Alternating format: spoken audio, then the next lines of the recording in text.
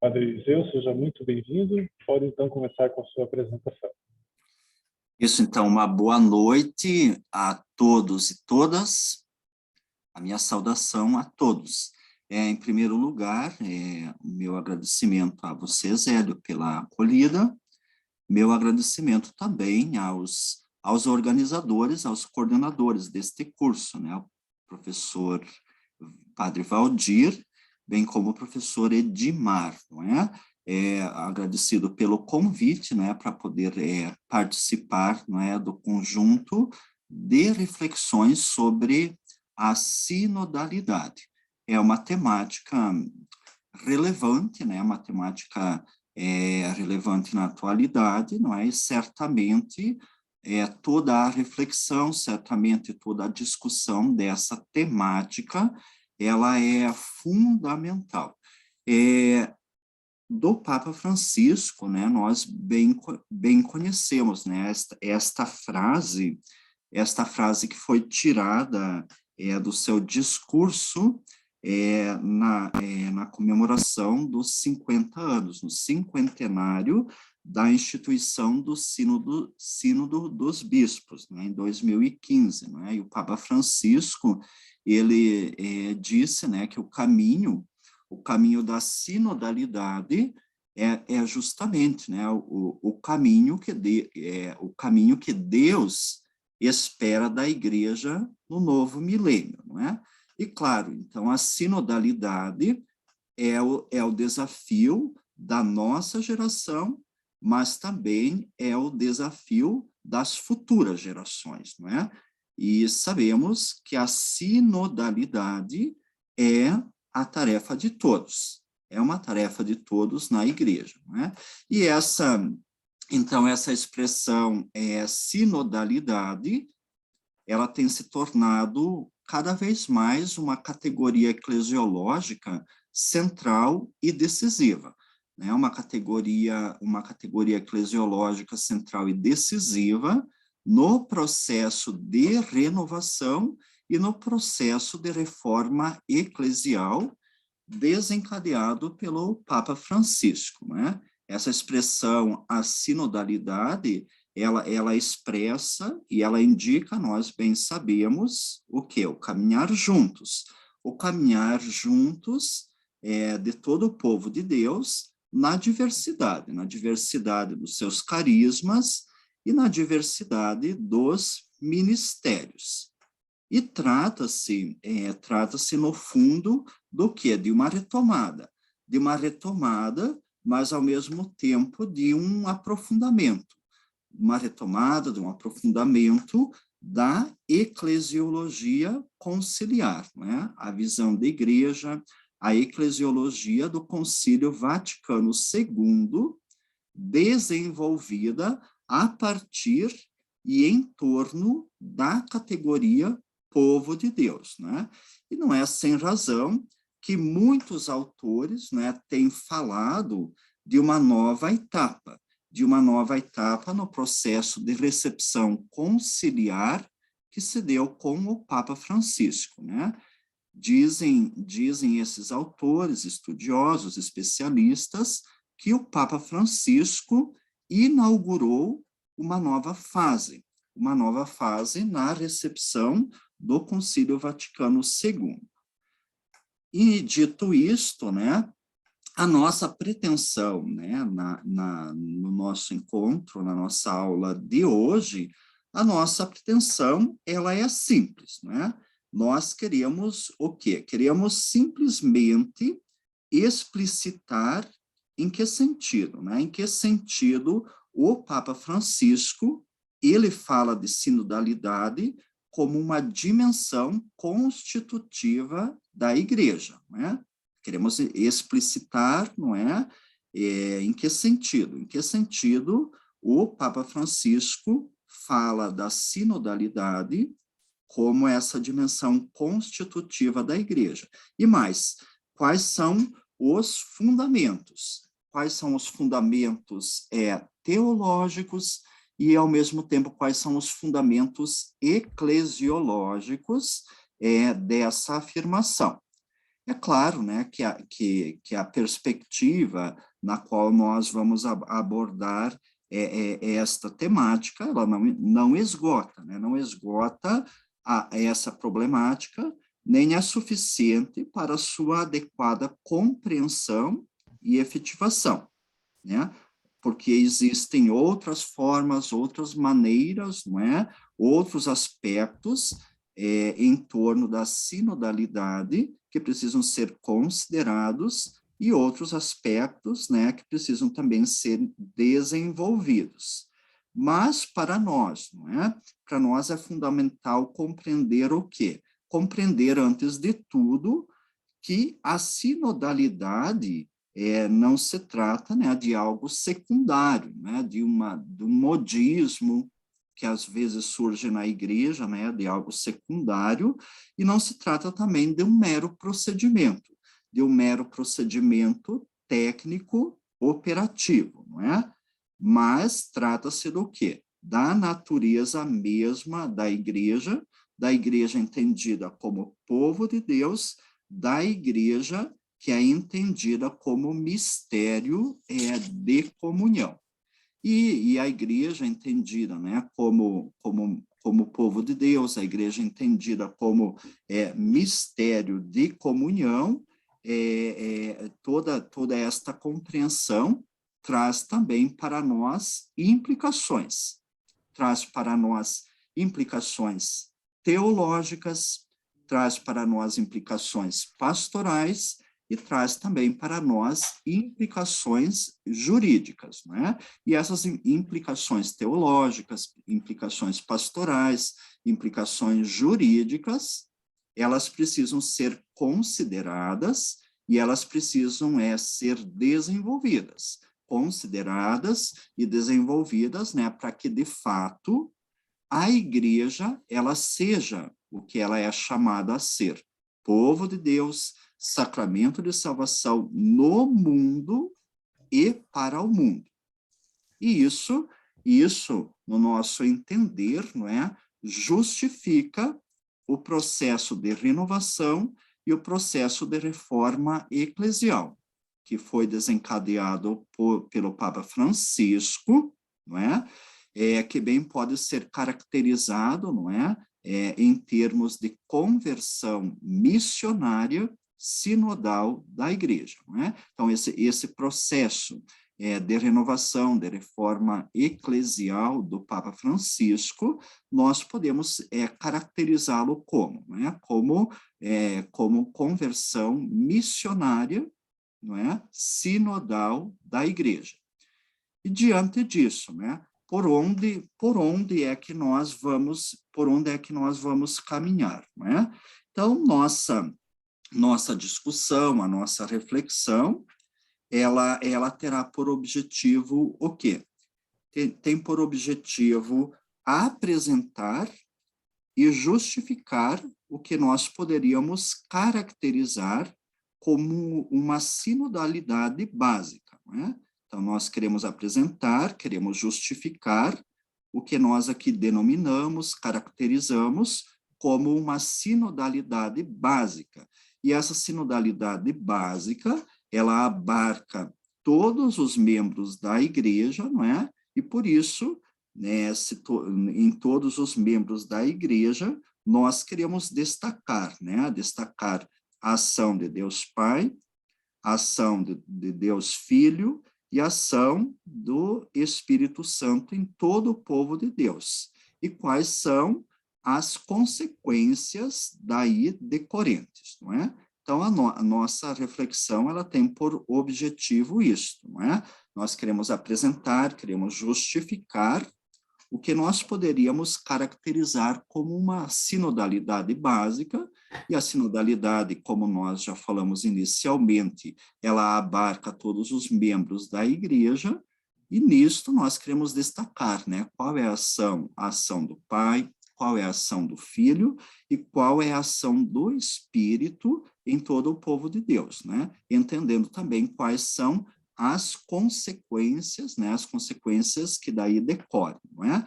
Mas, antes disso, né, nós precisamos considerar duas verdades de fé.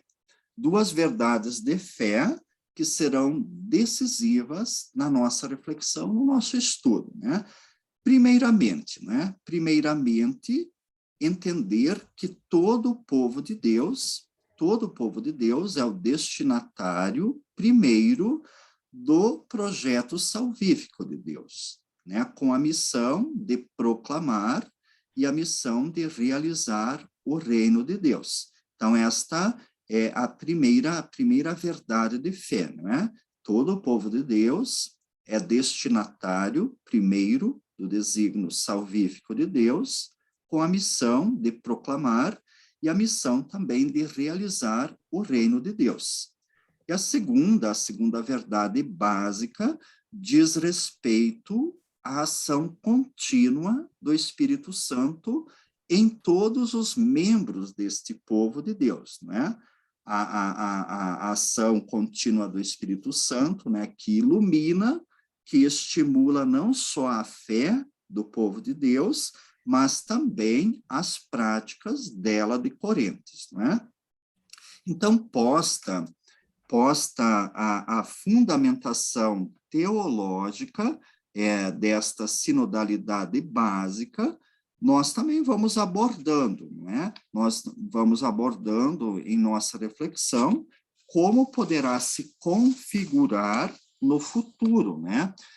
Como se poderá se configurar no futuro uma igreja realmente sinodal e quais são as condições requeridas para que essa sinodalidade básica ela possa se tornar uma realidade na igreja, não é?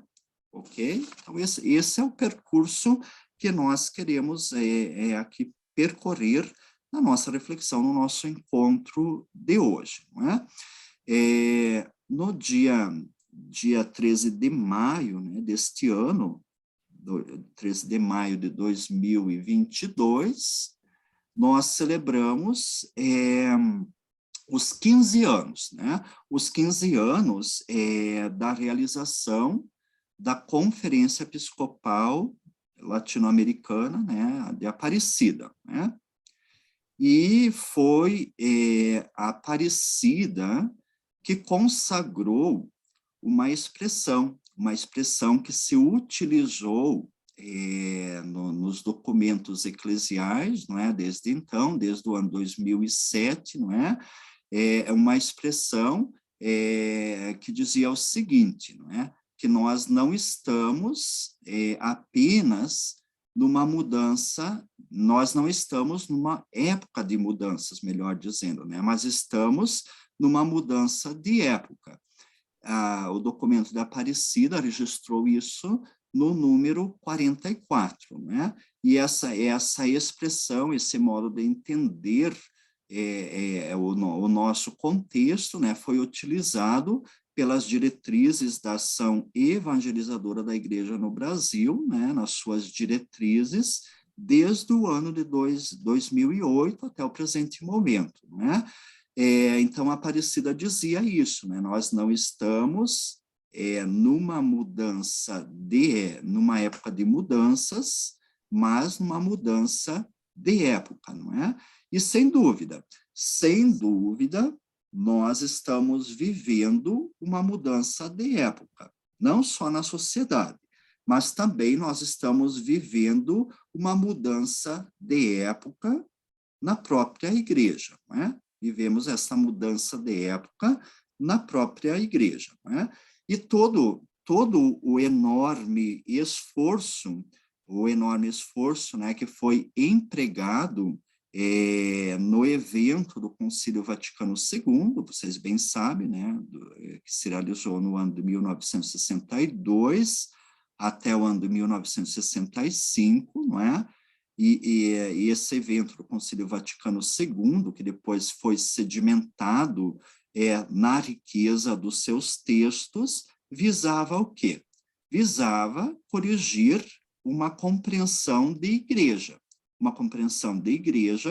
que não mais irradiava como deveria a boa nova do Evangelho, não é? E por isso, a opção conciliar, né, de iniciar a Constituição dogmática Lumen Gentium, a partir da noção de povo de Deus, ela recuperava a dignidade de todos os batizados no interior da comunidade eclesial, reconhecendo, não é, que todos os batizados, eles são sujeitos ativos na missão evangelizadora, não é? Mas nós sabemos, não é, que posteriormente, não é, toda esta riqueza, não é, que foi trazida pelo Concílio Vaticano II, não é, apesar dos avanços, nós também vimos e vivemos, não é, uma certa tendência centralizadora, que emergiu nos anos posteriores, não é?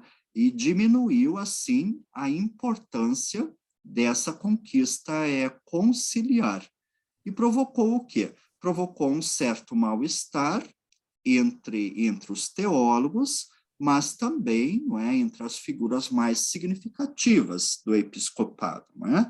E, portanto, a eleição, não é, a eleição do Papa Francisco, ela se explica, em parte, né, como uma reação do episcopado católico à centralização exagerada por parte da Cúria Romana, não é? Outro fator que talvez seja menos lembrado nesse contexto diz respeito a certo intelectualismo e a certo juridicismo presentes na vida da Igreja Ocidental, né? Que foram exportados também para as demais regiões do planeta, não é? E diante disso, tudo parecia poder ser enquadrado diante, né, desse intelectualismo, diante desse certo juridicismo, né, tudo parecia poder ser enquadrado e resolvido pela razão teológica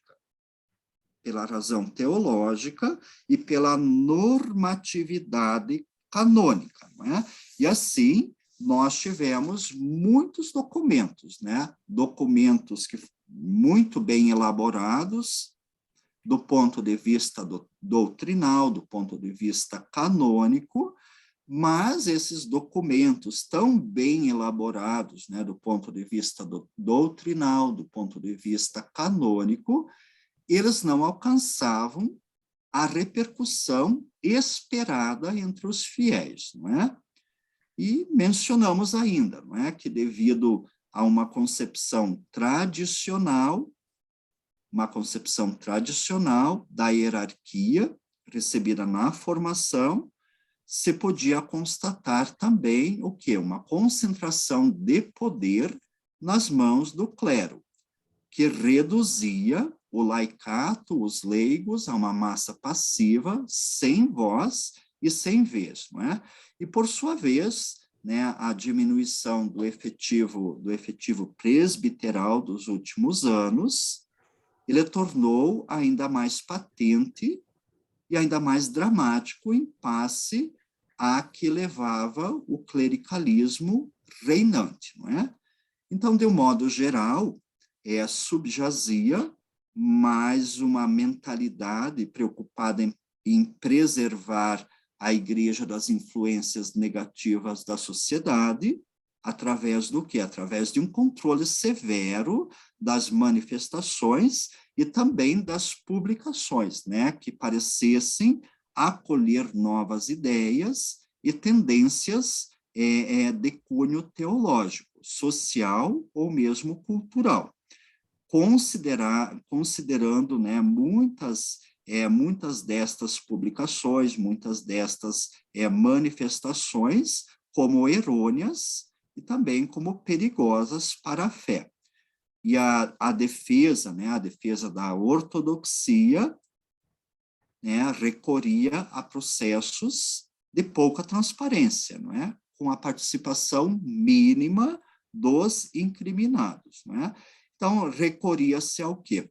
Recorria-se normalmente a princípios e a normas gerais a serem recebidos e vividos pelos membros da igreja, independente de sua situação concreta e dos seus condicionamentos existenciais, não é?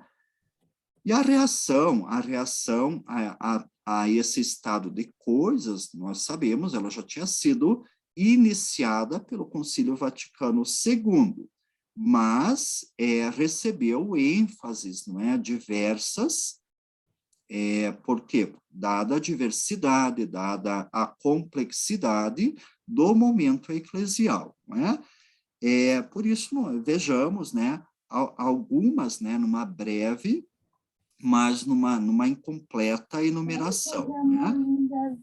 A reação a esse estado de coisas se deu como, né?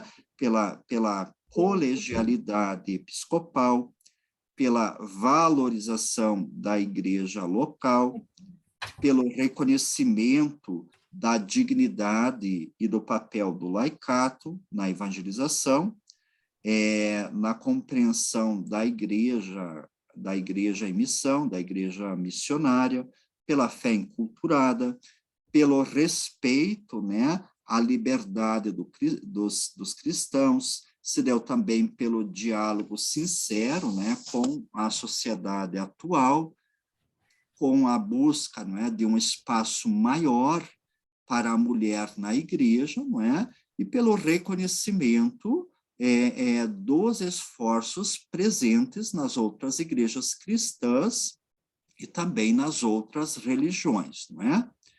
E por isso, aqui nós tomamos como orientação básica a noção de sinodalidade, né, que não deixa de estar em sintonia e mesmo abranger boa parte do que foi acima elencado, não é? Mais do que uma noção técnica, do que uma noção precisa, né? A sinodalidade, ela aponta para o quê? Ela aponta para uma nova mentalidade na vida da igreja, e essa mentalidade, ela precisa atingir todos os seus membros, não é? Naturalmente, como nós falamos inicialmente, não é? Isso não esgota todos os imperativos e todas as exigências, não é? Da reforma eclesial que está sendo levado adiante pelo Papa Francisco, né?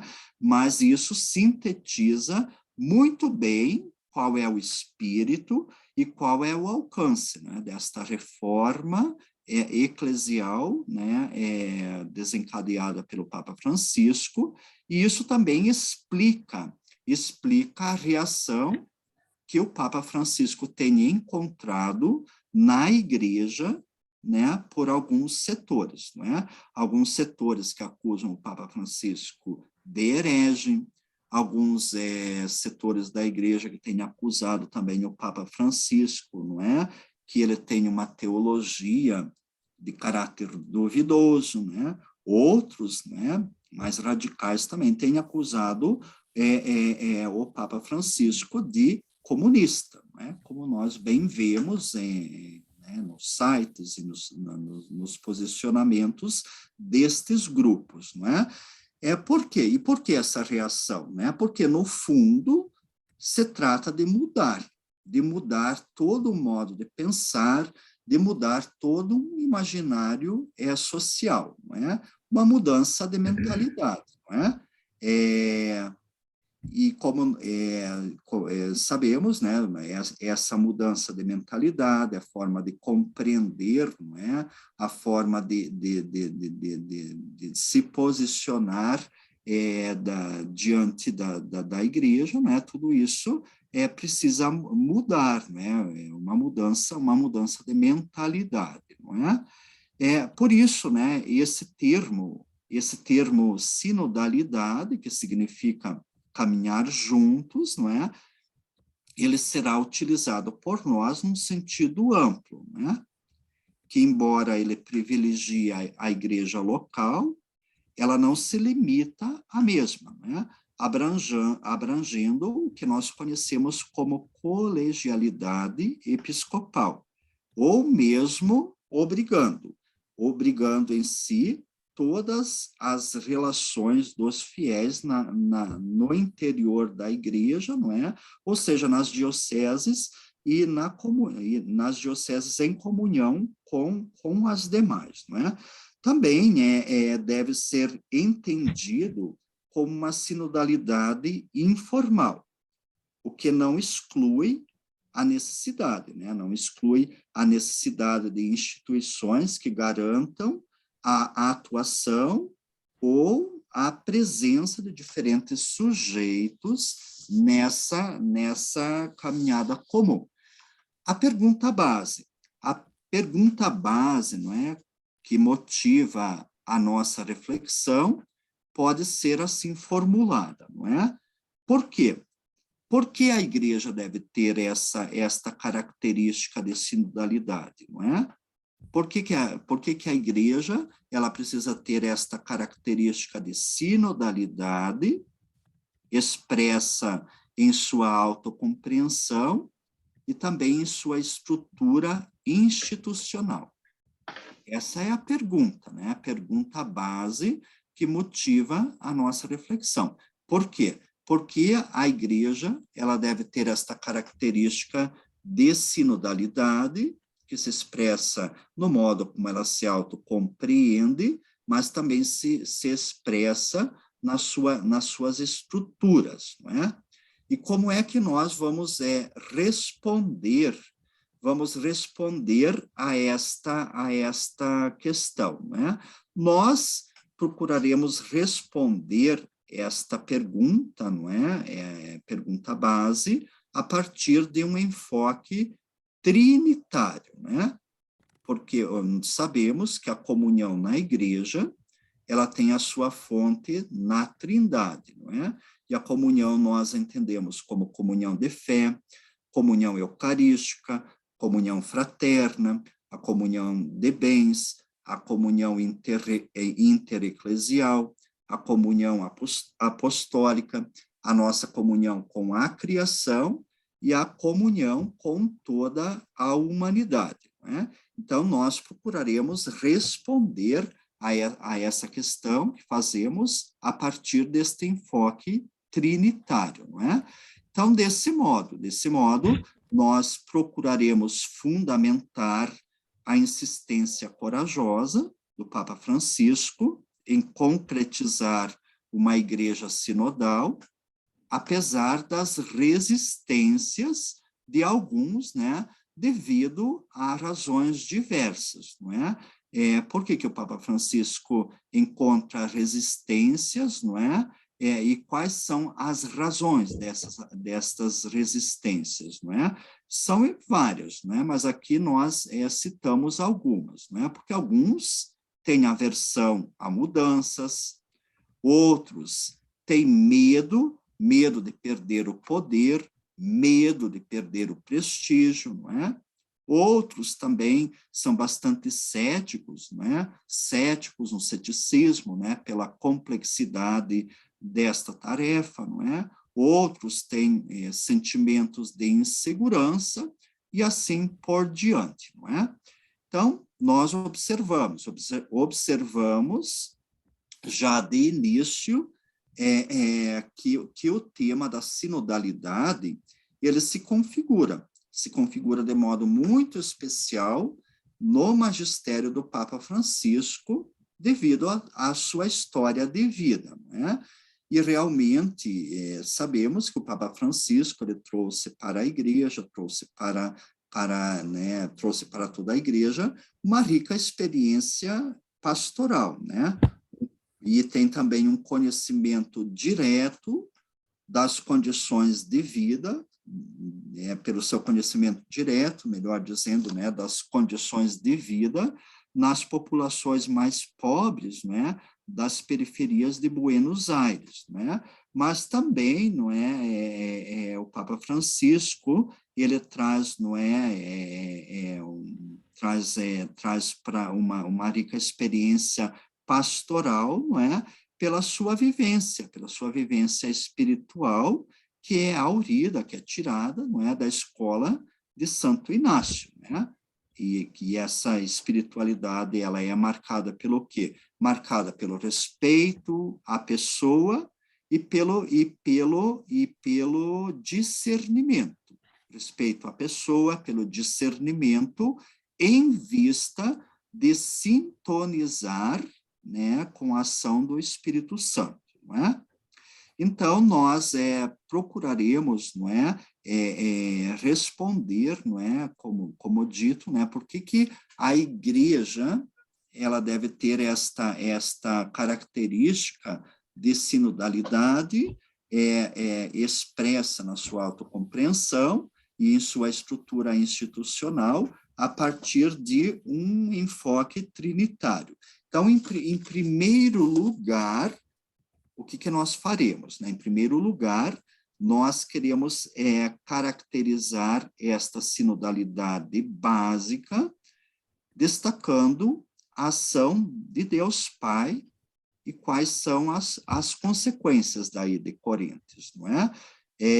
Nós aprendemos, né? Aprendemos, né, que a razão última da iniciativa de Deus com a criação, ela está no próprio Deus. Então, a razão última da iniciativa de Deus com a criação, ela está no próprio Deus, não é?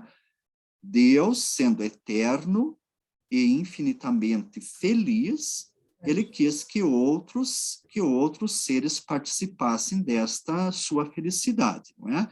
Então, o ato criador é um ato livre, o ato de Deus é também um ato de amor, né? E nós aprendemos também que todo mundo em evolução, ele desembocou no quê? Desembocou no surgimento da raça humana, da qual nasceria Jesus Cristo, conforme nos ensina o Novo Testamento, né? A Bíblia, por seu lado, ela nos atesta o quê? Nos atesta que todo o plano, todo o projeto de Deus para a humanidade já tem início neste mundo, mas vai alcançar a sua perfeição na eternidade, vai alcançar a sua perfeição na vida eterna com Deus, né?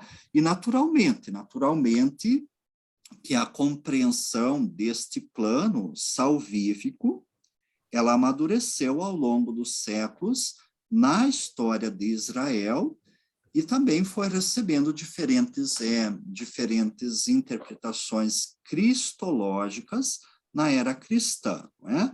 Mas a característica fundamental do projeto divino de Deus Pai está no quê? Está na constituição de um povo, né?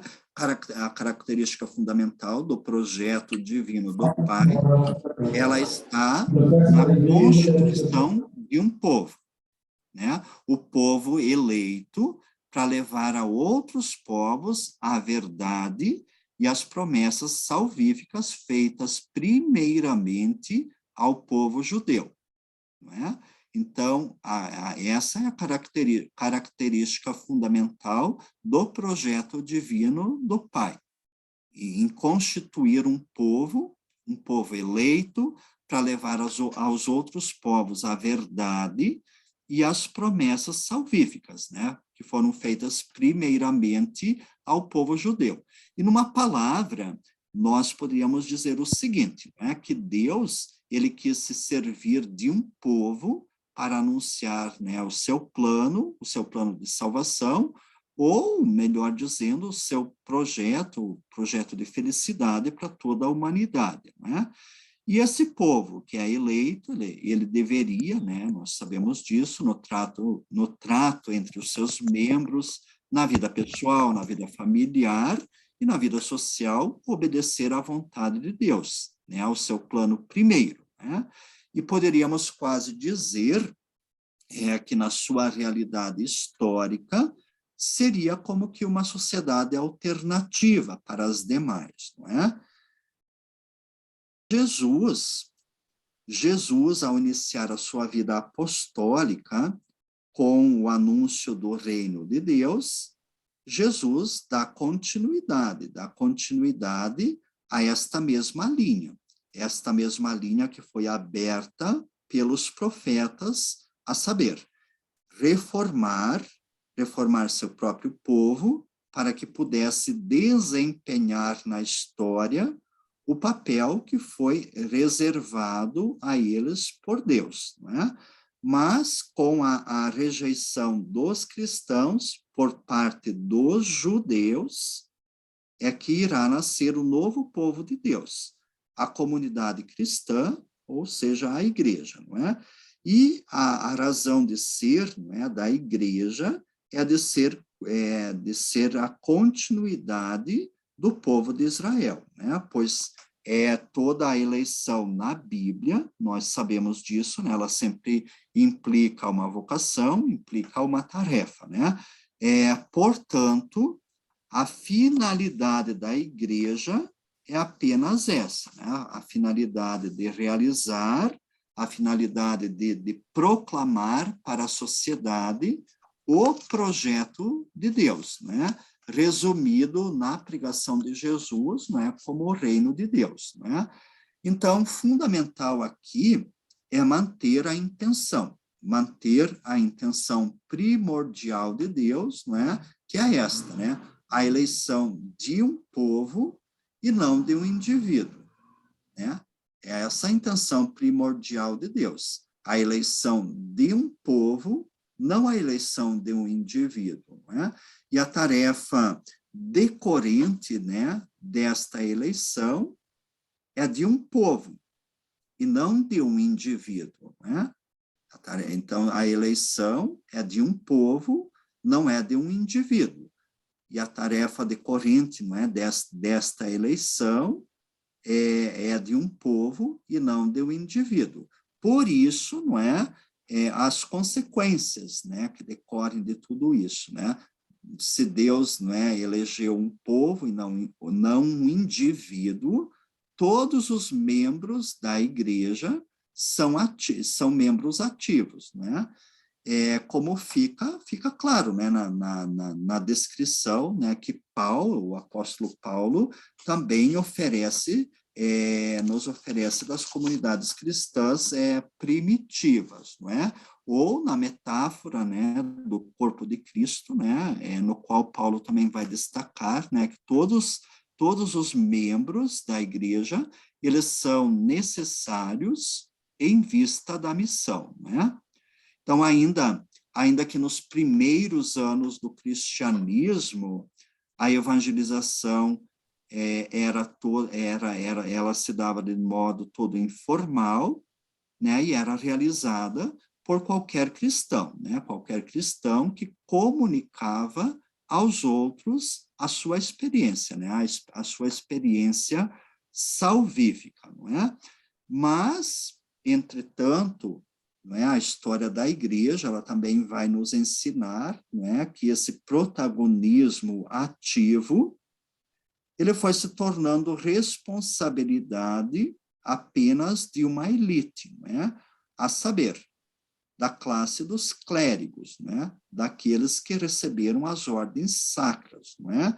Porque estes eram dotados de uma formação especial e eram separados do restante do povo de Deus, né?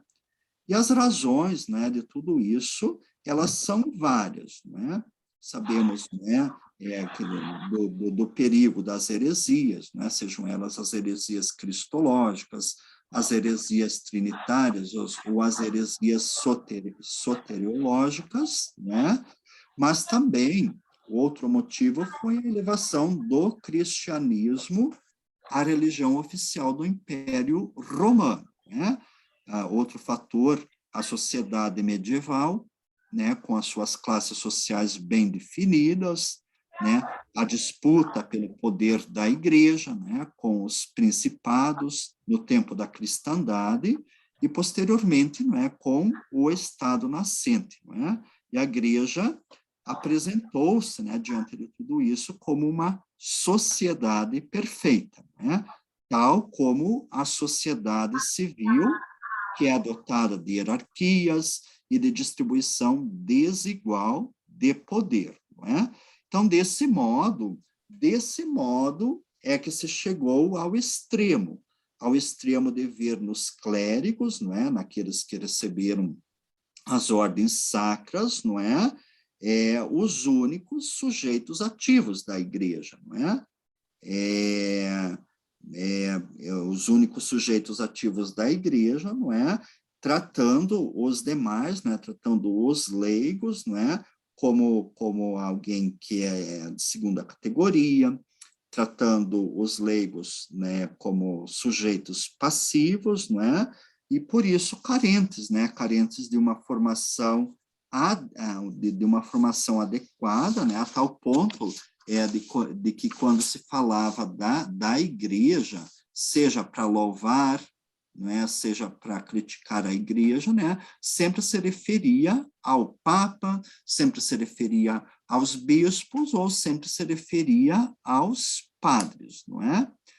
E apesar, não é, a história da igreja também vai mostrando isso, né, que apesar desse distanciamento, né, das fontes cristãs, não é, foram surgindo, né, muitos movimentos, né, que buscaram resgatar a fidelidade ao Evangelho, né, como o movimento franciscano, não é? Mas, apesar de protestos mais substanciosos, né, como foi a reforma luterana, essa situação, ela perdurou e ela até se agravou, né, por uma centralização excessiva do papado e da cúria romana nos últimos séculos, né? Sem dúvida, tudo isso também influenciada pelo absolutismo, então, reinante nas sociedades daquele tempo, né? E o Concílio Vaticano II, ele representou um divisor de águas nesta matéria, não é? Por quê? Porque construiu uma eclesiologia que partiu não mais da hierarquia, como era o habitual, mas optou pelo quê? Optou por iniciar a compreensão da igreja como povo de Deus, né? no qual todos gozam de igual dignidade e fundamental igualdade e vocação. E por isso estão capacitados a participar ativamente da missão evangelizadora da própria igreja, não é? A tal ponto, né, que os leigos, eles receberam um decreto próprio do Vaticano II, né? Um decreto intitulado o Apostolado dos Leigos, não é? Que determina existir na igreja, né, a diversidade de ministérios, mas a unidade na missão, né? Podendo, por isso, os leigos e leigas, por direito e por dever, exercer seus carismas próprios, né? E essa opção conciliar, ela é decisiva, né, para a realização de uma igreja sinodal, não é? O novo Código de Direito Canônico, né, que foi publicado no ano de 1983, ele possibilitou, né, uma maior participação de todos na igreja pela criação de órgãos representativos, né, como o Conselho Presbiteral, o Conselho de Pastoral, o Conselho de Pastoral Diocesano, o Conselho de Pastoral Diocesano, o Conselho Paroquial, somente para citar alguns destes, né? Mas estas conquistas conciliares, elas só foram parcialmente recebidas na legislação da igreja, não é? Ou quando elas foram recebidas, nem sempre se conservaram integralmente seu valor, né? Então, assim, a temática da colegialidade episcopal, ou seja, da relação dos bispos com o Papa e destes com o povo de Deus, não é? Recebeu uma expressão insuficiente, né? Uma expressão insuficiente no Sínodos romanos, né? E com relação ao laicato, né? O dever de governar, o munus regendi. Ele não recebeu um cânon específico, né? Ao contrário, né? Do dever de ensinar e do dever de santificar, reservando somente uma colaboração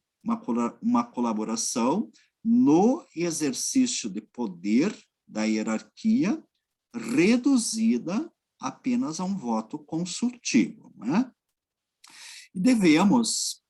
Nós devemos, né, entretanto, recuperar essa verdade eclesiológica do Vaticano II, né? Verdade eclesiológica do Vaticano II, que estão expressas no primeiro e no segundo capítulo, né? No primeiro e segundo capítulo da Constituição Dogmática Lumen Gentium, né? E por isso, né, para essa recuperação desta verdade eclesiológica do Vaticano II, no primeiro e no segundo capítulo da Lumen Gentium, né, uma importante ajuda vai ser oferecida para nós através do documento de Aparecida, não é? Documento de Aparecida que afirmou, né, que o sacerdócio ministerial ele está a serviço do sacerdócio comum dos fiéis, não é? E ao recomendar, né, o documento de Aparecida, ao recomendar maior espaço de participação dos leigos e das leigas, né, maior participação dos leigos e das leigas na elaboração e também na execução de projetos pastorais, também na tomada de decisões, não é? Onde para os leigos precisam ser confiados ainda ministérios e responsabilidades, não é? Mas o documento de Aparecida é bem realista, não é? Porque contudo, não é? Ele vai lembrar, né, que este objetivo ele não será atingido se não houver uma profunda mudança de mentalidade de todos na igreja, né? Sobretudo, a mudança de mentalidade da hierarquia, não é? Porque no fundo, nós estamos diante do quê? Diante de uma séria reviravolta na compreensão da igreja, não é? A ação de Deus, ela se dirige para toda a comunidade dos fiéis, não é? E a comunidade de fiéis, que é a primeira, aquela que crê, aquela que espera, aquela que ama, aquela que torna Cristo presente na sociedade, né? A comunidade dos fiéis que batiza, a comunidade dos fiéis que perdoa, a comunidade dos fiéis que celebra a Eucaristia, não é? E nesta comunidade eclesial, cada um tem a sua identidade e a sua missão conforme seu carisma e conforme o seu ministério, não é? Então, com outras palavras, a comunidade dos fiéis é a primeira e os ministérios estão a serviço da comunidade dos fiéis, ok? Então, nós vimos, não é, nesse primeiro aspecto, não é, buscando caracterizar uma sinodalidade básica, nós olhamos para a ação do Pai. A ação do Pai que constitui um povo, né, o povo que vai anunciar e vai testemunhar o seu reino, né? E vimos também quais são as consequências que decorrem de tudo isso, né? Mas precisamos também, neste segundo momento, não é? Olhar como Jesus, ele proclamou e como Jesus também realizou este projeto do Pai, não é? Então, nós olhamos para a ação do Filho, e também vamos, olhando para a ação do Filho, vamos observar quais são as consequências daí de Coríntios, não é? Então, nós sabemos, não é, que a proclamação do reino de Deus, a proclamação do reino de Deus por parte de Jesus Cristo, ele aconteceu na sequência, né? Na sequência das promessas do Antigo Testamento, né? Das promessas veterotestamentárias. E delas ela recebeu o seu sentido, né? E as palavras de Jesus na sinagoga de Nazaré, né, no texto de Lucas, né, depois que no texto de Lucas, né, ele vai nos dizer isso, né, que as palavras de Jesus na sinagoga de Nazaré, depois da leitura do profeta Isaías, elas não permitem qualquer dúvida, não é? Porque Jesus vai dizer, não é, que hoje se cumpriu aos vossos ouvidos esta passagem da Escritura, não é? E a resposta, né, que Jesus deu aos enviados de João Batista, né, deixa bem claro, né, que as suas ações, elas testemunham a realização das promessas de Deus a seu povo, não é? Entretanto, sempre tender a revogar a lei ou revogar os profetas, Jesus, ele veio, né, para dar um pleno cumprimento a tudo isso, né, como aparece na tomada de decisão, né, a tomada de posição, melhor dizendo, pessoal de Jesus diante da lei, não é? Conforme vai descrever também o evangelista Mateus, né? Quando Jesus diz o seguinte, né? Ouvistes o que foi dito, eu porém vos digo, não é? Entretanto, né? Nós não podemos encontrar nos ensinamentos de Jesus orientações diretas e orientações precisas, não é? Que servissem para estruturar institucionalmente a futura comunidade cristã, não é? Nós não encontramos, né, nos ensinamentos de Jesus estas orientações diretas, essas orientações precisas que servem para estruturar institucionalmente a futura comunidade cristã, né? Nós sabemos que ela tem início em Pentecostes, né? Embora Jesus ele tenha manifestado claramente, né, na escolha dos 12 apóstolos, a sua intenção. Se alguém está com o microfone aberto, né? Embora Jesus ele tenha a intenção, né, de reunir as 12 tribos de Israel, né, para que o povo eleito melhor desempenhasse o seu papel na história humana, né?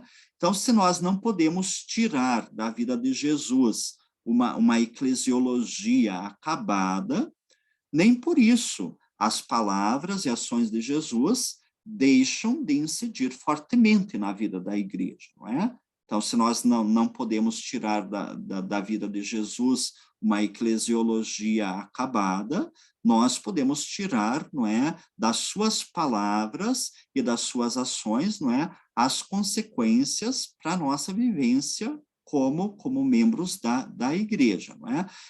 Se não vejamos o seguinte, não é? Sabemos que a vida de Jesus, não é? A vida de Jesus, ela não foi uma vida fechada nele mesmo, né?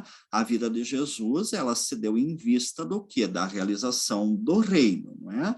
E a vida de Jesus, ela sempre foi uma existência para as outras pessoas, não é?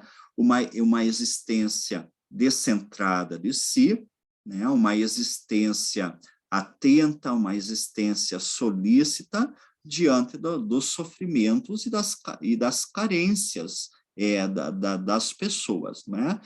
E diante, não é? Diante do enorme desafio que Jesus, diante do enorme desafio, né, que Jesus teve de transformar a mentalidade dos seus contemporâneos, bem como da sociedade, do seu tempo, nós sabemos Jesus ele não dispunha, não é, de grandes recursos humanos, mas também ele não se apoiava no poder e no prestígio para fazer isso, não é? Sabemos pelos evangelhos, né, que as suas palavras, as suas ações, né, elas nem sempre correspondiam ao imaginário, ao modo de pensar, e também não correspondiam às práticas da religião do seu tempo, não é? Provocando, desse modo, reações crescentes por parte das autoridades, sejam elas as autoridades políticas ou as autoridades religiosas, não é? Consequentemente, não é? A construção progressiva do reino, ela se efetiva como? Na fraqueza humana, mas na força de Deus. E ela tem, né, tem seu ápice na paixão e morte de cruz, não é? Não como eventos de uma derrota, mas como antecedentes de uma vitória, né? De uma vitória na vida eterna com o Pai, não é? E Jesus, ele que conviveu, não é, com pecadores, Jesus que conviveu com os publicanos, não é? Não dramatizou, não é, a situação dos pecadores, nem dos publicanos, né? Não dramatizou a situação deles, não é? Mas perdoou os pecados, né? Os pecados dos pecadores, dos publicanos, não é? Com grande generosidade, não é? E Jesus, né, justificou o seu comportamento através do quê? Através das parábolas da misericórdia, não é? E subjacente às suas palavras e ações, emerge o quê? Subjacente às suas palavras e ações, emerge a figura de um Deus misericordioso, né? Um Deus misericordioso que conhece profundamente o ser humano mais do que ele próprio, né? Um Deus que humildemente sai atrás do pecador, né? E se alegra grandemente com a sua conversão, não é? E naturalmente, né? Naturalmente, o comportamento de Jesus, ele contrariava, né? Contrariava os defensores das exigências legais vigentes no tempo para o perdão dos pecados, não é? E Jesus, ele também deixou claro, né? Deixou claro que os colaboradores de Deus, né? Os colaboradores de Deus na difusão do reino, eles não devem se julgar superiores aos demais, né? E nem mesmo utilizar a sua autoridade apostólica como uma instância de poder. E isso nós vemos nos evangelhos, né? Por exemplo, não é? No evangelho de Mateus, né? Quando Jesus ele censura o pedido de dois dos seus discípulos, né? Que eram Tiago e João, não é? E a intenção, né? A intenção de Jesus ao enviar seus discípulos em missão era o quê? Era que eles se pusessem com ele a serviço do reino, não é? Somente deste encargo é que se justifica a sua autoridade, né? A autoridade em função do reino, né? Que não deveria perder sua finalidade mesmo se institucionalizada como realmente se deu, né? A autoridade decorrente, né, deste serviço ao reino não pode, né, ser equiparado ao poder civil e jurídico presente na sociedade, não é? Infelizmente, né, nós conhecemos na história da igreja, não é? A história da igreja, ela demonstra para nós quão difícil é para nós nos mantermos fiel a esse espírito de serviço determinado pelo próprio Cristo, né? Vemos também, não é, por exemplo, nas cartas paulinas, né, como Paulo é alguém, né, que se considerava a serviço das suas comunidades, né, a serviço das comunidades, e por isso respeitava os carismas diversos, né, que existiam nessas comunidades, né, e ele só intervia na vida destas comunidades quando se fazia necessário, né? Mas, conforme também vão nos mostrar as cartas pastorais, não é? Com o crescimento destas comunidades, não é? Que vai surgir, não é? Que fará emergir um colégio de presbíteros, não é? Seja um colégio de presbíteros ou anciãos, né, conforme nos descreve o livro dos Atos dos Apóstolos, não é? Seja posteriormente também o surgimento do monoepiscopado, não é? Conforme nos descreve a primeira carta de Timóteo, não é? Mas o episcopo, né, como esse nome ele já indica, ele tem o quê? Tem uma tarefa mais de supervisão e de coordenação dos demais carismas, não é? Com responsabilidades que lhes são próprias, não é? Entretanto, né, a elevação do cristianismo, como se deu historicamente, não é? A elevação do cristianismo à religião oficial do Império Romano trouxe consigo as estruturas institucionais próprias da sociedade e da religião daquele tempo, não é? E com isso as autoridades eclesiásticas, elas ganharam privilégios, ganharam status sociais, ganharam tarefas temporais, não é? Com consequente aumento de poder na sociedade que irá, não é, caracterizar a relação entre a igreja e o poder civil nos séculos posteriores, e ainda em nossos dias, não é? E isso que constitui a característica maior do clericalismo, né? Enquanto uma mentalidade que fundamenta, não é, a sobrevivência de uma casta na igreja, não é? Por outro lado, o modo de proceder de Jesus Cristo em suas palavras e também em suas ações, né, parece que para nós é tão familiar e tão corriqueiro, que nós temos uma dificuldade de entendê-lo e de entender, né, como o modo pelo qual o próprio Deus quer que nós colaboremos em seu projeto pela humanidade, não é? Entretanto, nós deveríamos ter uma maior consciência, não é? Uma maior consciência de que toda a vida de Jesus é a revelação de Deus e a manifestação não só do projeto de Deus para a humanidade, né? Mas também do modo como este deve ser realizado, né? E essa dificuldade, ela se manifestou também, não é?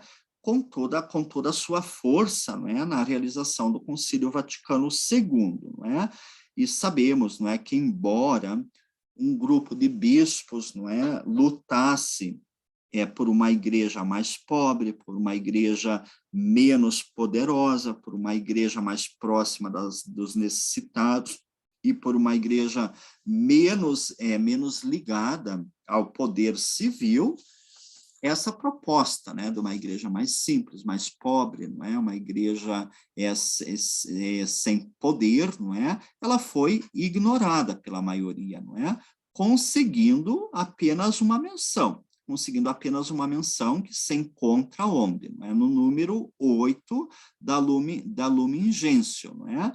Mas, né, essa menção que nós encontramos na Lumen Gentium, ela teve poucas consequências, não é, para o conjunto dos demais documentos, não é?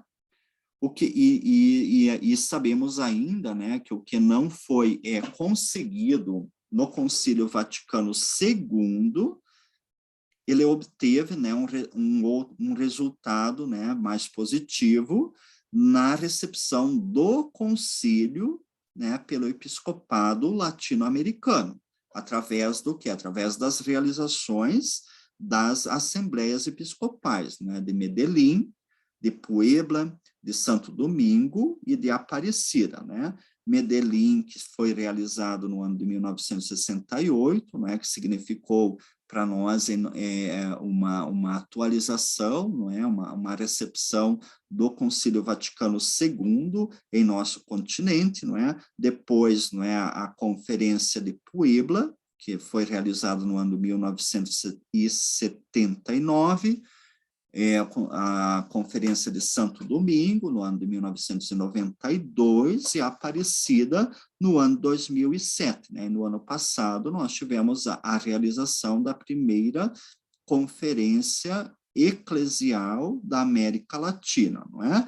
E nós sabemos, não é, que a igreja em nosso episcopado latino-americano, né, ela sempre se preocupou, né, se preocupou com a imensa multidão de pobres que existem, né, no nosso subcontinente, né, e a nossa igreja, no nosso continente latino-americano, ela procurou se fazer mais próxima deles, não é? Revestindo-se assim de uma maior simplicidade e sobriedade, né? Que foi experimentada em muitos, né, dos seus ministros, não é? As duras condições de vida dos empobrecidos e marginalizados, estimulando muitos, né, muitos bispos, padres, leigos, leigas, né, a vida consagrada, a partilharem a vida dos mais humildes da sociedade, né? Indo na contramão de uma sociedade individualista e de uma sociedade, não é, consumista, não é? E a opção pelos pobres, não é?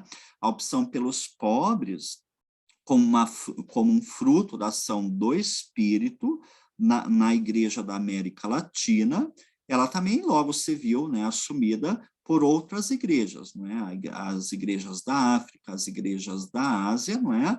Atingindo, né, por fim, toda a igreja, né? Claro que com gradações diversas, não é?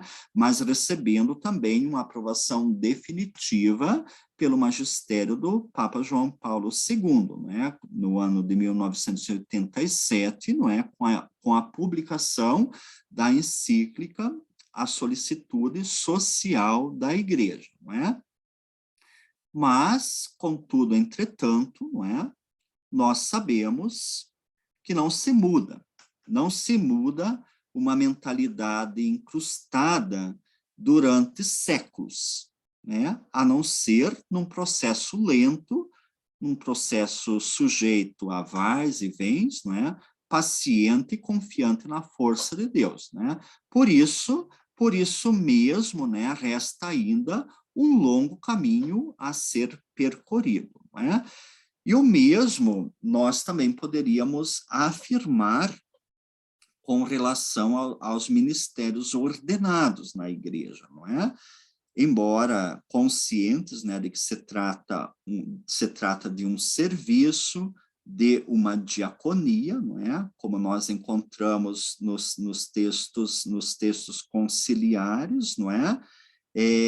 Percebemos, não é, certo modo autoritário de governo, né, no modo de gerir e governar, não é?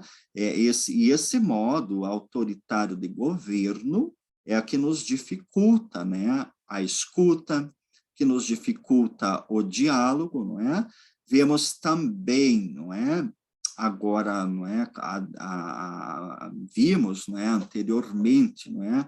A centralização da Cúria Romana, não é? A Cúria Romana, não é? Com a emanação de normas né, muitas vezes, né, sem ter em consideração as condições concretas de vida dos seus destinatários, não é?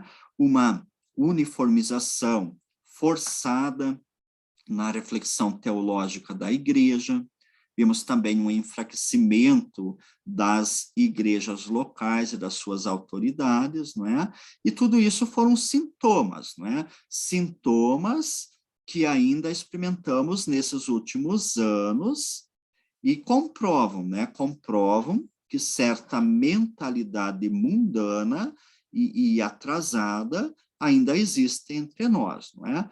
O fomento, né? O fomento e o culto ao modo clerical de vida entre as novas gerações, né, de ministros eclesiásticos, manifestadas em gastos com vestimentas, em excessivos litúrgicos, não é?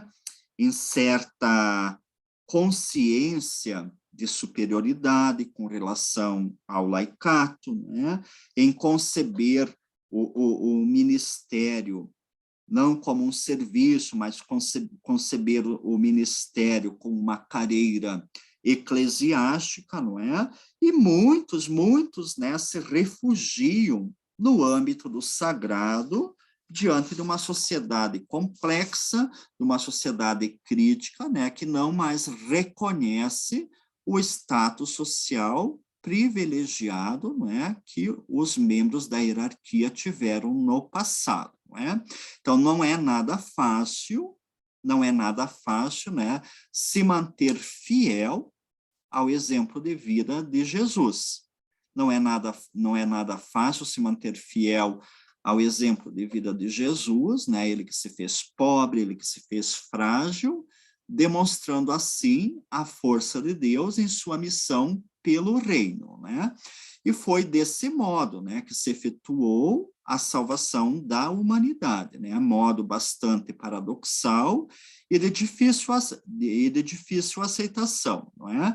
Numa sociedade na qual imperam os ídolos do individualismo consumista, da eficácia produtiva, embora, né, se mostre cada vez mais vazia de sentido, desumana e violenta, né, devido às desigualdades sociais e às carências do básico para a vida em crescimento incontrolável, né? E mais do que nunca a igreja deveria seguir o exemplo de Jesus, né? Renovando sua fé em Deus, para quem nada é impossível, mas que tem seus caminhos, né? Seus caminhos que não são os nossos, né? Este Deus que nos assiste continuamente, para que nós colaboremos em seu projeto salvífico, não é? Desde que reconheçamos esta verdade, quando nós imploramos a sua ajuda, não é?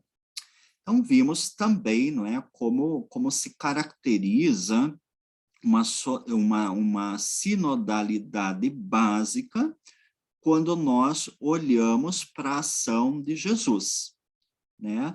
E olhamos também para as consequências que decorrem de tudo isso, não é? Por fim, né, nesse terceiro momento, nós também queremos caracterizar uma sinodalidade básica, olhando para o quê? Olhando para a ação do Espírito Santo, não é? E quais são as consequências que decorrem de tudo isso, né? Então, nós vimos até aqui, né, como não só o projeto do Pai, ele visava a formação de um povo que o realizasse na história, mas também nós examinamos, né, nesse segundo momento, nós examinamos nesse segundo momento, né, quão decisiva foi a pessoa do Filho, não é? A pessoa de Jesus, né, ao determinar com sua vida e com suas palavras como esse povo de Deus, ele deveria proclamar e tornar realidade o reino de Deus na história humana, né? Entretanto, esse quadro, ele se encontra ainda incompleto, né, porque os textos neotestamentários, eles nos afirmam que sem o Espírito Santo não pode haver uma comunidade eclesial, né? Realmente, quando nós olhamos para o texto do Evangelho de João, né, o que nós estamos ouvindo nestas últimas semanas do tempo pascal, né, mas também quando olhamos para os textos paulinos, né, tanto os escritos joaninos quanto os escritos paulinos, eles nos atestam, né, que o Espírito Santo é dado à igreja, não é? O Pai vos dará o Espírito, vos enviará o Espírito, e o Espírito é quem vai nos conduzir, é o Espírito que nos fará conhecer, não é? O amor, né, também, não é? Paulo vai nos lembrar isso, né, na carta aos Romanos, né, que o amor de Deus, ele foi derramado em nossos corações pelo Espírito Santo, né? O Espírito Santo que nos foi dado, não é? E o livro dos Atos dos Apóstolos, né, recorda-nos que em Pentecostes o Espírito ele foi derramado sobre os presentes, né? E ainda Paulo afirma, né, que a diversidade de dons concebida a todos, né, dons concebida a todas as pessoas, constitui um único corpo, né, pois provém do mesmo Espírito, né, pois não haveria, né, nós sabemos, não haveria a igreja sem a escuta e sem o acolhimento na fé do querigma salvífico, né, sendo que essa opção é obra do Espírito Santo, né? É o mesmo Espírito, é o mesmo Espírito que nos orienta para que nós interpretemos, não é, conforme nos diz o Evangelho de João, corretamente a pessoa de Jesus Cristo, né? Portanto, a igreja da palavra é necessariamente o quê? A igreja do Espírito, não é? E a igreja da palavra, que é necessariamente a igreja do Espírito, e as suas celebrações litúrgicas, elas também são obras do Espírito, atuantes em cada um dos participantes, não é? E o principal fator da eficácia dos sacramentos, não é?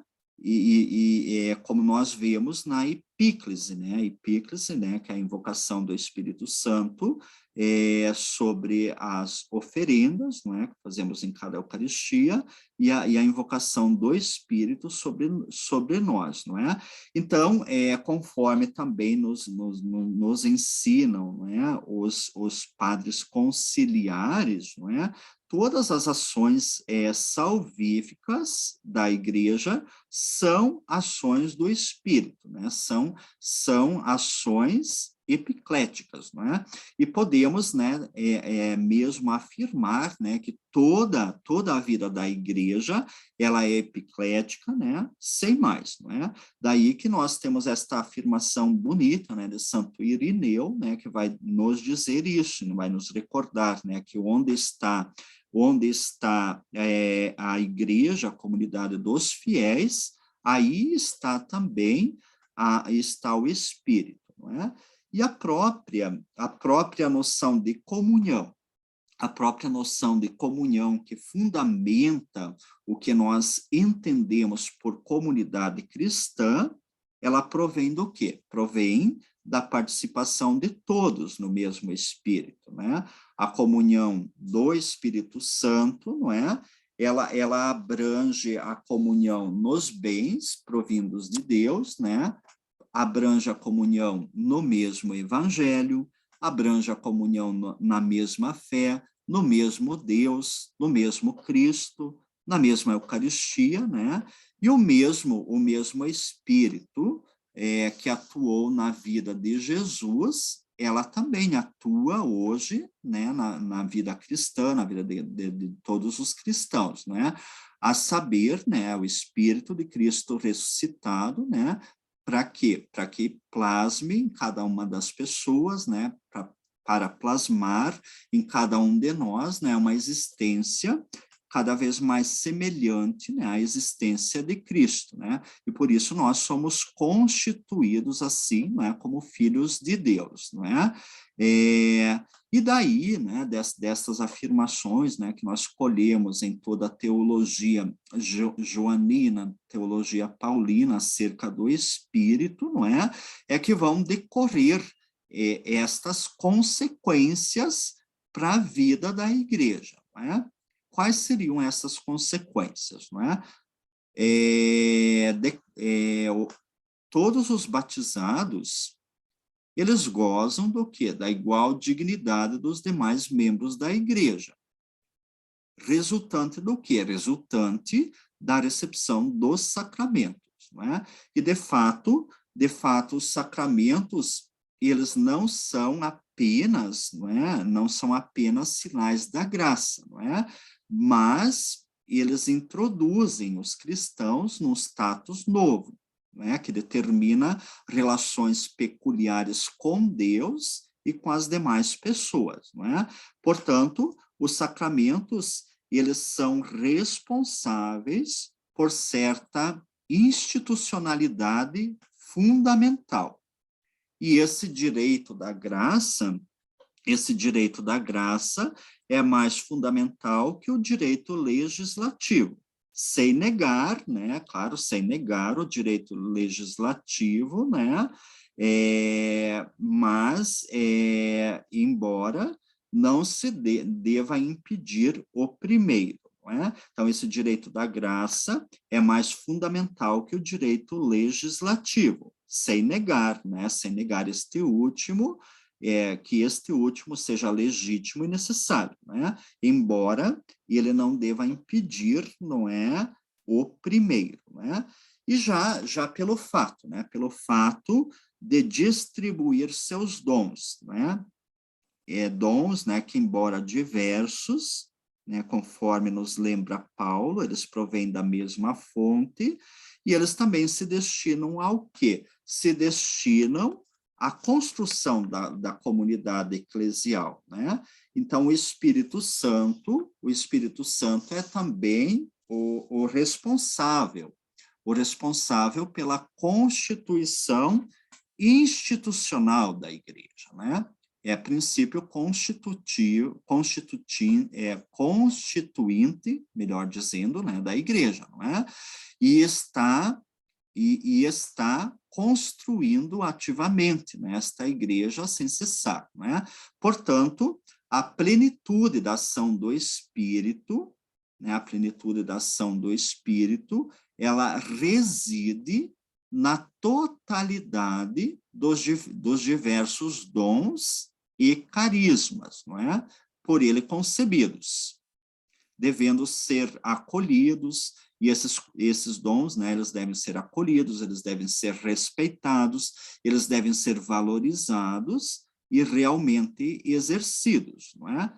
Porque silenciar estes dons, não é? Silenciar autoritariamente, não é? Esses dons seria atingir também o próprio espírito, não é? Embora, conforme também nos lembram as cartas paulinas, nós precisamos, não é, verificar, né, esses dons com discernimento, e verificar esses dons com discernimentos, né, uma aptidão, né, que Paulo também supõe existente em cada pessoa, né? Por isso, na diversidade de pessoas, na diversidade de dons do Espírito, atuantes nas comunidades cristãs, irá caracterizá-las, não é? Diversamente, do ponto de vista da sua organização e também do ponto de vista institucional.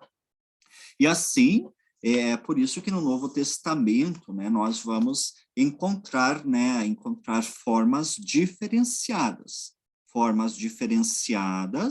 né, de comunidades, de vida comunitária, de estruturas eclesiais, né, devido aos carismas, né, devido aos carismas, ao contexto social e aos desafios presentes na vida destas comunidades, né? Assim, nas cartas pastorais, né? A imagem de igreja, não é? Que nós vamos encontrar, ela concebe grande importância à autoridade. Ela concede grande importância à autoridade na comunidade para o quê? Para que a ordem fosse mantida, né? Devido aos erros doutrinários que ameaçavam a vida desta comunidade, não é? Por sua vez, né, a organização eclesial que emerge dos Atos dos Apóstolos, embora respeitando o papel dos pastores na comunidade, apresenta uma comunidade que participa ativamente, né, das suas decisões, não é?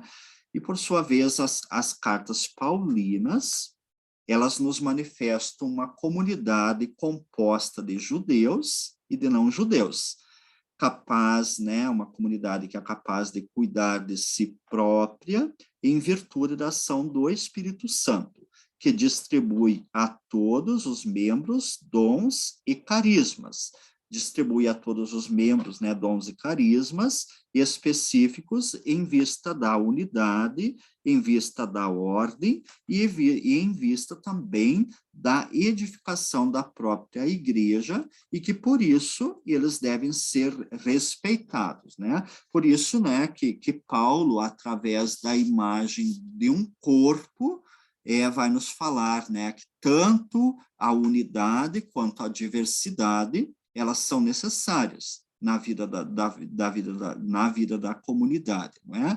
E a participação de todos, né, permite, sem dúvida, um melhor confronto, não é, com a sociedade a que eles fazem parte, não é?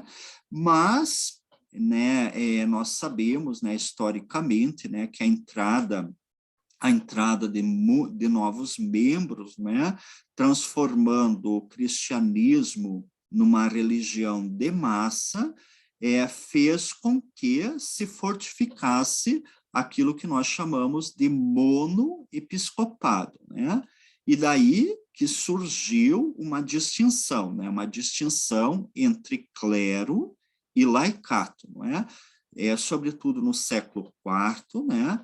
A sociedade civil que está organizada com seu corpo de funcionários, ela vai influenciar a estrutura hierárquica da igreja, não é? Podemos ainda mencionar, né, outros momentos históricos, que repercutiram fortemente na vida interna da igreja, não é? Como o quê? Como a hierarquização social própria do regime feudal, a questão das investiduras e da desapropriação dos bens eclesiásticos, né? A reação ao absolutismo reinante na Europa, a concepção da igreja como uma sociedade perfeita diante da sociedade civil, a ênfase no poder do Papa, em parte, né, pela perda do mesmo na sociedade, para só mencionarmos, né, algumas situações históricas que afetaram a compreensão e a configuração da igreja, né? Por isso, nós devemos reconhecer que nós herdamos um catolicismo onde o hierárquico, né, onde a hierarquia vale mais do que o comunitário, né? Nós herdamos esse catolicismo, o catolicismo onde o hierárquico, ele vale mais do que o comunitário. A fidelidade à lei, ela leva vantagem à docilidade ao espírito, né? A palavra, ela deprecia o silêncio, e a organização e a eficácia dominam as atenções na igreja, né? As celebrações, muitas delas não mais remetem para além de si os seus participantes, né? Não mais os colocam diante do Deus vivo, não mais lhe proporcionam uma experiência salvífica, né? Infelizmente, né, com honrosas exceções, a igreja, ela está assim estruturada. E essa configuração determina, né, essa configuração determina fortemente a mentalidade dos católicos, né? Por isso, é urgente, né, corrigir na igreja, né, este déficit pneumatológico, né, que nós temos, né, e que a própria tradição oriental, né, denunciou na nossa igreja, não é? Dizendo que, às vezes, não é, nós esquecemos do papel do Espírito na nossa vida, na nossa caminhada como igreja, não é? E sabemos, não é, que diante desse déficit pneumatológico da ação do Espírito, não é, nós sabemos que no Concílio Vaticano II, né, no Concílio Vaticano II, houve inúmeras intervenções, em vista do quê? Em vista de equilibrar uma noção unilateral do papado, né? Consequentemente, não é, a Constituição Dogmática Lumen Gentium, em sua doutrina sobre o caráter sacerdotal do episcopado, não é? Sobre o colégio episcopal com a sua cabeça e sobre as relações dos bispos, não é, no interior do colégio episcopal, não é? Ofereceram, né, uma importante revalorização do corpo episcopal, né?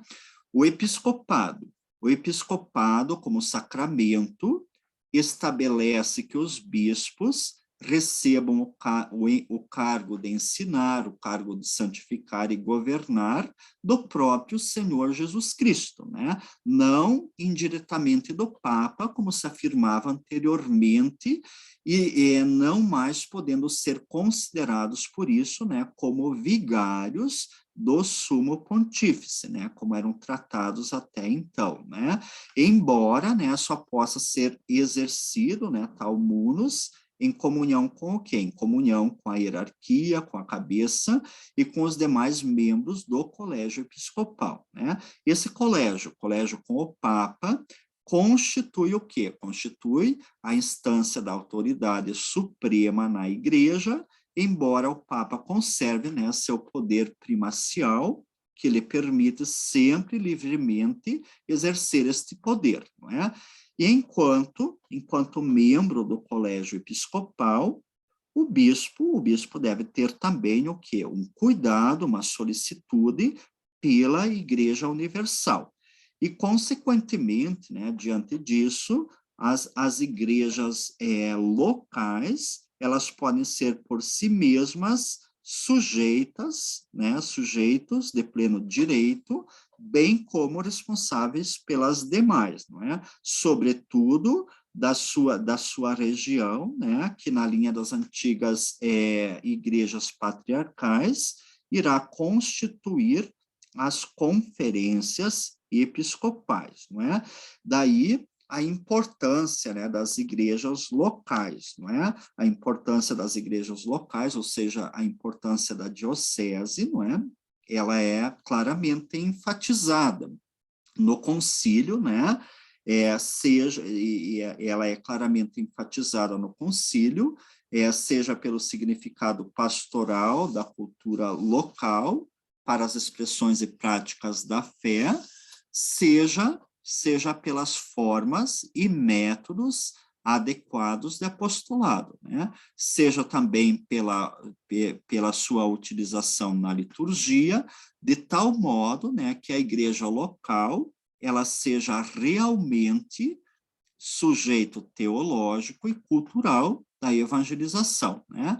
E para tal seria necessário encontrar formas de colegialidade que respeitem tanto o primado que respeitem tanto o primado como a identidade episcopal de sucessores dos apóstolos, não é? Que foi uma questão não resolvida pelo Vaticano II, né? Também se reconhece hoje, né, que a formulação do primado do Papa, que foi feita no Vaticano I, empregando a ideia de uma soberania absoluta, ela cedeu a causas históricas, que enquanto tal estaria limitada para situações extremas e excepcionais, né? Também deveria ser desfeita a fusão do que compete ao Papa como sucessor de Pedro e como bispo de Roma e patriarca da Igreja Ocidental. Distinção essa que permitiria outros patriarcados condizentes com os contextos onde eles estão situados, não é?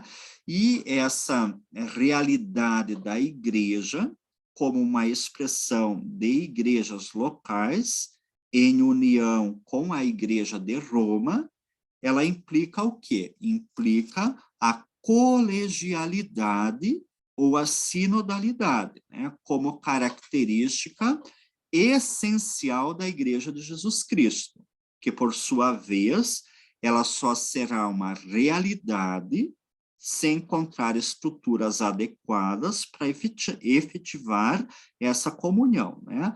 Daí se segue uma maior participação das igrejas locais, como, por exemplo, na nomeação de novos bispos, uma liberdade maior, não é, para opinar nos sínodos romanos, não é? Uma limitação do desempenho da cúria romana, que não pode estar acima do episcopado unido ao Papa, podendo consequentemente ser por ele reformada, não é? E o que nós esperamos agora, não é, nas orientações, não é, do Papa Francisco sobre a reforma da cúria romana, não é? Mas sabemos, não é? Nós sabemos, né, que também, né, nos anos que se seguiram, né, ao concílio, no pós-concílio Vaticano II, houve uma clara revalorização do episcopado no seio da igreja, né?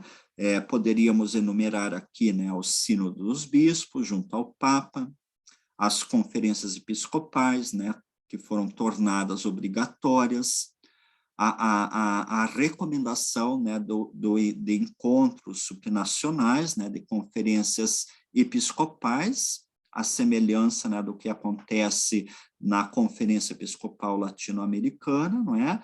E certa internacionalização da cúria romana, não é? Entretanto, né, nos anos que se seguiram, né, sobretudo no pontificado de João Paulo II e no pontificado de Bento XVI, não é?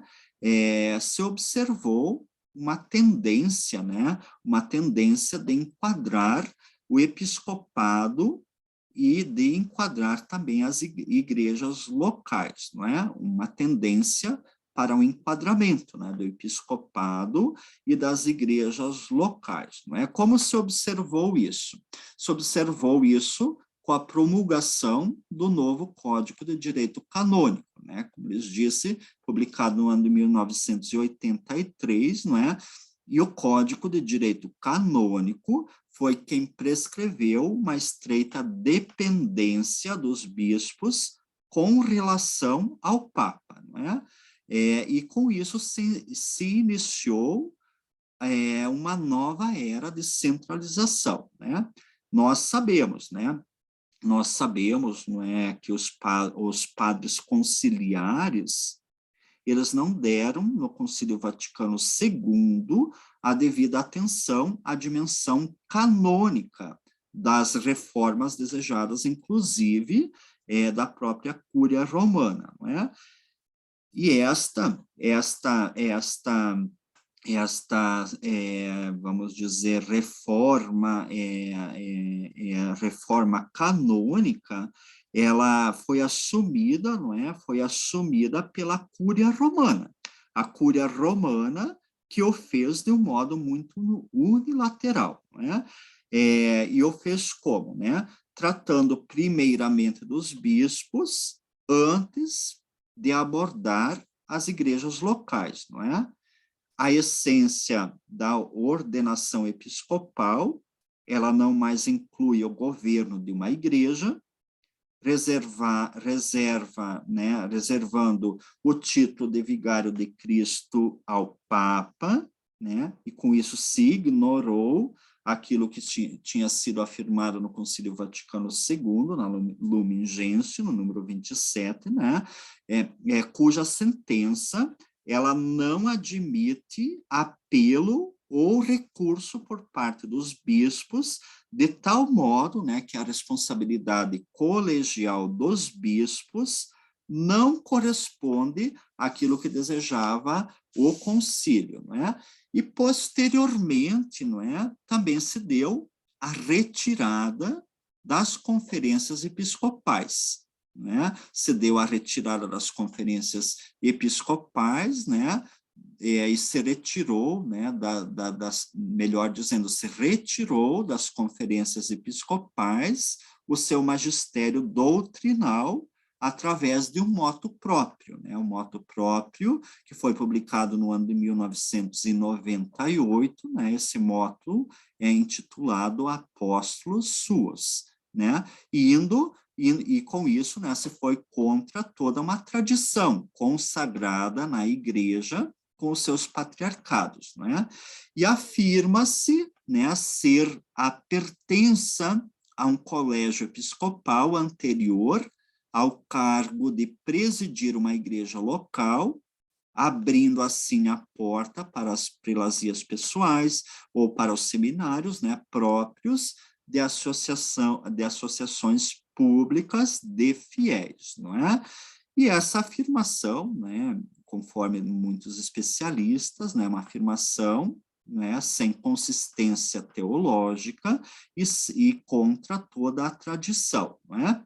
Por isso, é o documento de Aparecida, né? O documento de Aparecida, como os documentos das conferências anteriores, eles não entraram, né? Não entraram na problemática teológica da sinodalidade, não é? Mas o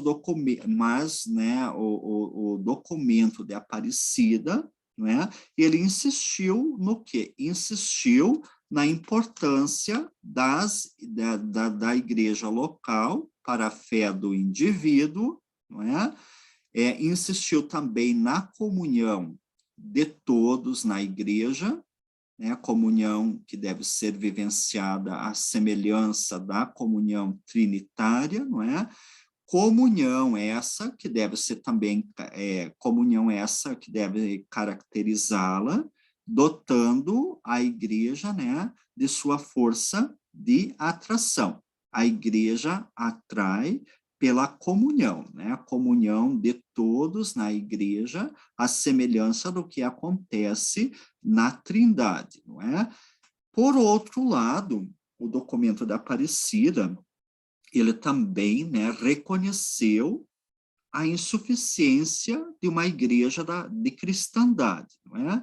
E por isso defendeu, advogou, né, uma igreja com um rosto próprio, né, um rosto latino-americano e caribenho, né, e diante disso, né, reconhecendo a insuficiência de uma igreja de cristandade, né, e advogando uma igreja com rosto próprio, né, chamou também a atenção, né, para a necessidade de uma conversão pastoral, né, de uma forte comoção que impeça as pessoas de se instalar, né, na comodidade, não é? Mas também, não defendeu, né, o recurso à imaginação para que nós possamos enfrentar os novos desafios, né? E trata-se, é claro, né, no entender do documento da Aparecida, de reformas estruturais, né? Reformas estruturais, recomendando o quê? Recomendando o abandono de estruturas ultrapassadas. O abandono de estruturas ultrapassadas que não favorecem a transmissão da fé, né? E o documento da Aparecida ainda nos lembra, né, que já que todos na igreja são missionários, se todos são missionários, essa igreja deve se abrir, né, abrir para todos espaços de participação, abrir espaços de participação, e, além disso, confiar também ministérios e responsabilidades, né? Sendo que os leigos, né, os leigos e as leigas, eles também devem ter parte ativa na elaboração e na execução de projetos pastorais, não é? Mais especificamente, não é? O documento a de Aparecida vai nos dizer, não é? Que os leigos devem ter uma parte ativa na elaboração e execução de projetos pastorais, não é? Nos projetos diocesanos, não é? Onde os leigos devem participar do discernimento, devem participar da tomada de decisões, devem participar do planejamento, devem participar da execução, né? Então, os leigos têm o direito, né? O direito de participar na execução dos projetos, né? E devem também participar do discernimento, devem participar da tomada de decisões, devem participar do planejamento e devem participar da execução desses planejamentos, não é? E, naturalmente, não é? Nós reconhecemos, não é, que essas orientações, não é, que foram dadas pelo documento de Aparecida, não é? E posteriormente elas foram reassumidas pelo Papa Francisco, né, que foi um dos redatores do documento de Aparecida, foram reassumidas, né, na exortação apostólica Evangelho Gaudium, né, a alegria do Evangelho, né? Naturalmente, né, que essas orientações do documento de Aparecida, elas vão se efetivando, né? Vão se efetivando diversamente nas várias dioceses, né? No modo como elas vão sendo acolhidas, não é? Embora, né, nós não podemos negar, não é, sua influência também em alguns pontos importantes, como a índole missionária de todo cristão, né? Todo cristão que é verdadeiro sujeito eclesial e competente interlocutor entre a igreja e a sociedade, não é? O encontro pessoal com Jesus Cristo, não é? A ênfase numa evangelização, a ênfase na evangelização e menos na sacramentalização, e a missão da igreja a missão da igreja a serviço da vida plena, na proximidade com os pobres, não é? Então, vimos, não é, esse percurso que fizemos nesta noite, né, permitiu a nós perceber o quê, não é? Destacar os elementos de uma sinodalidade básica, não é? E nós tentamos aqui, não é, explicitar, responder a vocês, não é? Porque a sinodalidade é uma dimensão constitutiva da igreja, não é? E buscamos responder, não é, a tudo isso, não é, através deste enfoque trinitário, né? Olhando especificamente para a ação do Pai, olhando especificamente para a ação do Filho e olhando especificamente para ação do Espírito, não é? Com as consequências de tudo isso, né? Como a ação do Pai traz decorrências para a vivência da sinodalidade, como a ação do Filho traz consequências para a vivência da sinodalidade, e como também, não é? A ação do Espírito Santo traz consequências, não é, para a vivência da sinodalidade, não é, como dimensão constitutiva da igreja, não é? E concluímos dizendo o seguinte, não é, que transformar mentalidades, mudar hábitos adquiridos, não é, e tocar, não é, no imaginário, não é, no imaginário de toda uma geração, não acontece, né? Não acontece com a rapidez que nós muitas vezes desejamos, não é? Mudar tudo isso, né? Não vai acontecer num toque de mágica, não é? Porque transformar mentalidades, mudar hábitos adquiridos, né? Tocar no imaginário de toda uma geração, não acontece da forma como nós queríamos, não é? Por isso, nós precisamos iniciar processos, né? E o Papa Francisco tem insistido isso, né? Na importância de se iniciar processos, né? E é só iniciando estes processos, não é? Processos, né, que exigirão, né, muitos anos, para que possa ser amadurecida uma nova mentalidade, tenhamos novos hábitos, não é? E a partir desta nova mentalidade, a partir desses novos hábitos, né, que vamos semeando, que vamos cultivando, é que nós também vamos colhendo os seus frutos, não é? E a história da igreja nos ensina isso, não é?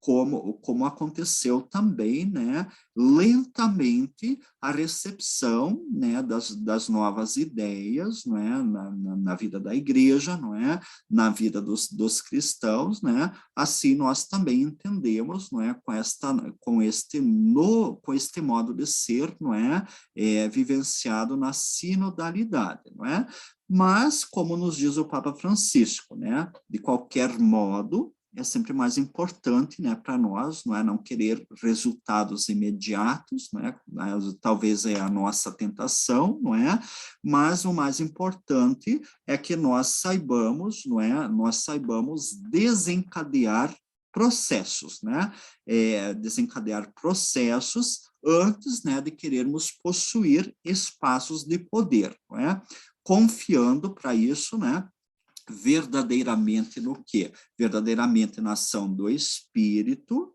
né, cujo ritmo ele não é necessariamente o nosso, né, mas que nem por isso ele deixa de contar com a nossa colaboração na gestação de uma igreja realmente sinodal, né? E desejo, né, que essas reflexões, né, elas contribuam para que todos nós tenhamos um envolvimento mais consciente e mais ativo, né? Um envolvimento mais consciente e ativo de todos nós que somos sujeitos eclesiais neste momento de renovação eclesial, não é? E por isso, com o Papa Francisco, nós também, não é, pedimos o seguinte, né, que nós nos coloquemos sempre, não é, abertos à ação do Espírito, não é, e pedimos isto, né, concluo com esta oração que fez o Papa Francisco ao dar abertura aos trabalhos sinodais, não é, assim se expressou o Papa Francisco, né, vinde Espírito Santo, vós que suscitais línguas novas e colocais nos lábios palavras de vida. Livrai-nos de nos tornarmos uma igreja de museu, bela, mas muda, com tanto passado, mas pouco futuro. Vinde estar conosco para que na experiência sinodal não nos deixemos dominar pelo desencanto, não debilitemos a profecia, não acabemos por reduzir tudo a discussões estéreis. Vinda Espírito Santo de amor, abri os nossos corações para a escuta, vinda Espírito de santidade, e renovai o santo povo fiel de Deus. Vinde Espírito Criador, e renovai a face da terra. Amém. Então, esta é a oração do Papa Francisco, não é? Para que cada um de nós, não é? Nesta experiência tão bonita na qual nós estamos caminhando, da experiência sinodal, nós também não nos deixemos dominar pelo desencanto, né? Mas também não transformemos este momento que pode ser fecundo na vida da igreja apenas uma discussão estéril, não é? Ou transformando tudo em formalismo, transformando tudo em intelectualismo, ou transformando tudo em imobilismo, porque esses são os grandes riscos diante deste desafio, desta grande tarefa que temos todos nós, né, diante da sinodalidade. Como lhes dizia inicialmente, a sinodalidade é a tarefa de todos nós, e a sinodalidade é também a tarefa da nossa geração e das gerações futuras. Tá ok? Então, agradecido da atenção de todos vocês, não é? Me despeço de todos. Tá ok?